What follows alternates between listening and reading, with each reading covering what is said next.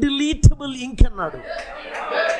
ఏంది అన్డిలీటబుల్ ఇంక్ అంటే తుడిపి వేయబడని సిరాతో రాశాడంట. సైతాన్ దగ్గర ఎర్రేసర్ లేదు, సైతాన్ దగ్గర దీన్ని తుడిసే మందు లేదు.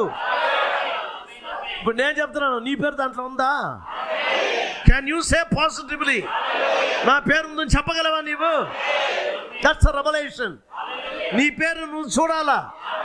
నన్ను అడగబాక దయచేసి, నువ్వు నా పేరు చూసి చెప్పునని. ఏ పాస చూడలేడు నీ పేరుని. నీ పేరుని నువ్వు చూసుకోవాలా.